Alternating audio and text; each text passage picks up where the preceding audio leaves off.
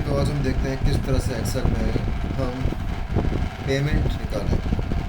अब मैं किस तरह की पेमेंट की बात कर रहा हूँ पहले ये समझ लेते हैं। तो हम लोग कभी ना कभी अपने लाइफ टाइम में हमें मतलब लोन की ज़रूरत कभी ना कभी पड़ती है। ऑफकोर्स एसेंशियल नहीं है, बट वो middle class and low class families we need loans. ऐसा नहीं कह रहा हूँ कि अपर क्लास को नहीं पड़ती, बट देन आल्सो तो लोन मतलब उधार। एंड हम उधार तब लेते हैं जब हमारे पास इस समय उतने पैसे नहीं हैं जितना हम किसी चीज़ पे स्पेंड करना चाह रहे हैं। खैर, हमें पता है हम लोन क्यों लेते हैं। अब लोन लेने के बाद हम उस लोन को धीरे धीरे चुकता भी करते हैं, यानी कि वापस देते हैं। अब जब ये हम वापस दे रहे हैं पीरियडिकली, मतलब कुछ समय अंतराल में, जो राशि हम वापस लौटा रहे हैं उसी को असल में हम इस समय पेमेंट बोल रहे हैं। पेमेंट क्या है पहले ये समझ लीजिए। पेमेंट को मैं ये कह रहा हूँ कि अ payment is an amount given periodically, मतलब कुछ समय अंतराल में। अ पेमेंट एक राशि है जो हम कुछ समय अंतराल में देते हैं, लेकिन इसमें इंटरेस्ट रेट जुड़ा होता है, ये ध्यान दीजिएगा। एंड इसको एक टाइम पीरियड के अंदर देना पड़ता है,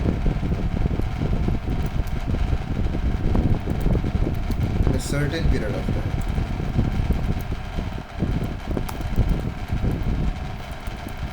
ठीक है, तो पेमेंट ये हुआ। अब पेमेंट के बारे में आप समझ गए। आगे हम ये समझते हैं कि पेमेंट निकाले कैसे। तो पेमेंट निकालने के लिए हमें ऑफ कोर्स 3 चीज़ों की ज़रूरत है, लोन, रेट और टाइम। कि भाई आपने कितना लोन लिया है। मान लेते हैं आपने 10 लाख लिया है। अच्छा, अब 10 लाख लोन लिया है, इसमें कितना रेट लगा है। तो बैंक ने आपको 12% पर ये लोन दिया है, इंटरेस्ट रेट 12 है। और टाइम जो है वो है 5 साल का पीरियड, यानी कि 5 साल के अंदर आपने इसको लौटाना है। तो लोन को रिटर्न करने के हमारे पास यूजुअली 2 मेथड होते हैं। या तो हम ईयरली रिटर्न कर सकते हैं, या फिर हम महीने महीने में हम वापस दे सकते हैं।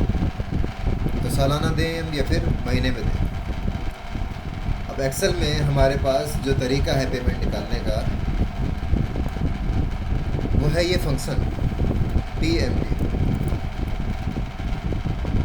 अब PMT function, of course PMT मतलब पेमेंट, ये फंक्शन हमसे 3 चीज़ें मांगता है।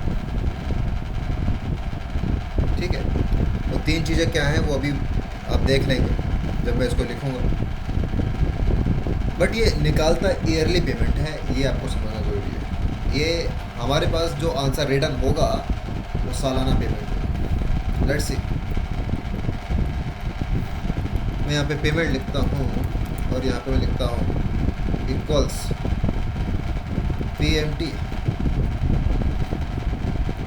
ओके, अब ये क्या मांग रहा है आप देख लीजिए। यहाँ पे सबसे पहले क्या लिखा आ रहा है, रेट। अच्छा, अब रेट क्या है? रेट हमें देख लिया, अभी हमने लिखा है खुद ही। रेट कहाँ पे लिखा है? इस सेल में लिखा है। रेट क्या है? B9, यानी कि 12%। कॉमा, दूसरी चीज़ ये क्या मांग रहा है देखिए, एन पर, यानी कि जो बोल्ड हो रखा है वो इस समय करंट आर्ग्यूमेंट है बाय द वे। एन पर यानी कि नंबर ऑफ पीरियड्स, और टाइम कितना हमारे पास? 5 साल। कॉमा, तीसरी चीज़ क्या है? PV यानी कि प्रेजेंट वैल्यू। थोड़ा मिला के ये बोल रहा है लोन, आपने उधार कितना लिया बताइए, ये प्रिंसिपल कितना है बताइए। ठीक है, आप देखें अगर ध्यान से अभी तो 2 और आर्ग्यूमेंट हैं। एक है फ्यूचर वैल्यू, दूसरा है टाइम। लेकिन इनमें स्क्वायर ब्रैकेट लगा हुआ है। स्क्वायर ब्रैकेट लगे होने का मतलब ये देना ज़रूरी नहीं है। ब्रैकेट बंद करो, एंटर दबाओ और हो गया। ये हमारे पास जो आंसर आया है, ये आया है नेगेटिव में -2,77,409। ओके, पहली चीज़ तो नेगेटिव में क्यों आ रहा है? ऑफ कोर्स इसलिए क्योंकि इतना पैसा हमारे अकाउंट से घट रहा है, हमने इतना देना है वापस, तो ये अकाउंटिंग फॉर्मेट में दिखा रहा है, नेगेटिव दिखा रहा है। मैं नहीं चाहता हूँ यहाँ पे माइनस देखना, मैं चाह रहा हूँ यहाँ प्लस लिखा है, मतलब यहाँ पर नेगेटिव का सिंबल ना है। तो मैं क्या करूँ? कुछ नहीं, आपने इक्वल्स टू और पीएमटी के बीच में ये लगा देना। हो गया, दैट्स इट, बन गया हमारे पास से पैसा। अब इतना समझिए कि ये तो 1 साल में देना है, लेकिन कितने बार देना है? देखिए कितने साल दे रखे, 5 साल, यानी कि इसे 5 बार देना है। तो हम इसको मल्टीप्लाई कर दें अगर 5 से, क्योंकि हमें 5 बार देना है इसलिए 5 से मल्टीप्लाई कर रहे हैं, तो हमारे पास क्या आंसर आ रहा है? 13 लाख। ठीक है, अब इतना ज़्यादा अमाउंट हम वापस दे रहे हैं। हमने लिया कितना था? 10 लाख, लेकिन हम वापस कितना दे रहे हैं? 13 लाख। ओके, अब ऐसा क्यों हुआ? सिंपल सा रीज़न है, इस पर इंटरेस्ट रेट लगा है तो वो रेट ही, लेकिन इंटरेस्ट रेट इसलिए बोल रहे हैं क्योंकि ऑफ कोर्स उसी को लगाने पे इस पूरे प्रोसेस में इंटरेस्ट आ रहा है, उनका फ़ायदा इसी में है। अगर ये नहीं होता तो बैंक का क्या फ़ायदा? बैंक क्यों बन रहे होते दुनिया भर में? बैंक को प्रॉफिट क्या है भाई? बैंक कैसे चल रहा है? इसी से तो चल रहा है, इससे, इस सिंपल से कंसेप्ट से। अब रेट ज़्यादा होगा तो ऑफ कोर्स पेमेंट भी ज़्यादा होगा। ठीक है, अच्छा, अब बैंक को कितना प्रॉफिट हो एक बार ही देख लेते हैं। तो हम क्या करते हैं, जो फाइनल अमाउंट हम दे रहे हैं, फाइनल अमाउंट है पैदा, क्योंकि हम ये टोटल इतना दे रहे हैं एक साल करके, उसको अगर मैं माइनस करूँ 10 लाख से, तो बैंक को कितना फ़ायदा होगा? This is the profit. लेकिन एक कब है? जब हम ईयरली पेमेंट निकाल रहे हैं। यहाँ पे वाई का मतलब ये नहीं है कि 1 साल में इतना फ़ायदा हो रहा है, वाई का मतलब ये है इस समय कि अगर हम ईयरली पेमेंट करें तो इतना फ़ायदा हो रहा है। ठीक है, अब मान लेते हैं कि मुझे पेमेंट ईयरली नहीं मंथली निकालनी है, तो क्या करें? बस आपने कुछ चीज़ें चेंज करनी है। वो क्या है? सोचते हैं एक टाइम के लिए। यहाँ पर रेट दिया है, रेट को हम क्या कर देंगे? भाग दे देंगे 12 से, और टाइम को हम क्या करेंगे? गुणा कर देंगे 12 से। ऐसा क्यों करेंगे? ये समझते हैं। रेट जो है 12%, ये क्या है? Per annum. पर एनम मतलब 1 साल का, 1 साल का 12%, यानी कि 12 महीने का 12%। अब मुझे महीने महीने का निकालना है पेमेंट, तो 12% को मैं 12 महीनों में डिवाइड कर दूंगा। और कैसे? उसको 12 से भाग देंगे। सिंपल सी बात है कि भाई मैं कह रहा हूँ, आप मान लेते हैं कि 10 लोग हैं और मैंने 5 रोटी बनाई है, तो आप क्या करोगे? आप सभी को बांटने के लिए, अगर इक्वल अमाउंट में बांटना है तो आप क्या करेंगे? आप 5 को 10 से डिवाइड कर दोगे, यानी कि आधी आधी रोटी सब खाएंगे। दैट्स इट, वही चीज़ यहाँ पे है। तो महीने का कितना होगा?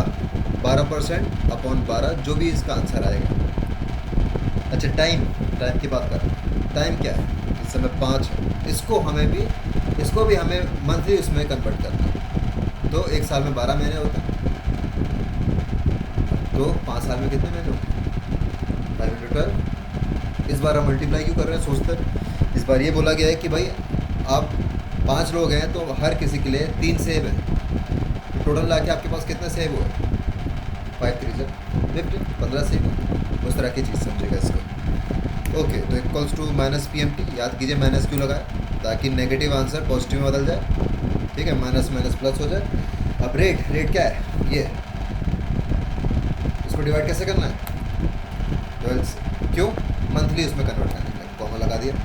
नंबर ऑफ पीरियड्स, ये इसे कैसे मल्टीप्लाई करना? 12 से। क्यों? भी हमने समझ लिया। PV present value, present value को कुछ डिवाइड मल्टीप्लाई नहीं करना है, प्रिंसिपल लोन जैसा है वैसे ही रहेगा, ब्रैकेट बंद, एंटर। एंड इस बार आप देख सकते हो कि हमें जो पेमेंट करनी है वो है 22,244, लेकिन ये समझना कि ये मंथली है, ये महीने महीने करके आपने लौटानी है। अब हम इस पेमेंट को कितने बार देंगे समझिए, एक साल में तो ये 12 बार देंगे, तो 5 साल में कितने बार देंगे, 5 × 12, 5 12 जो कितना होता है 60, यानी कि इसको 60 बार देंगे। तो इसको मैं बेसिकली अगर इससे मल्टीप्लाई करूँ तो हमारे पास अब क्या लिखा आ रहा है, पेमेंट जो फाइनल पेमेंट है वो कितनी है इस बार,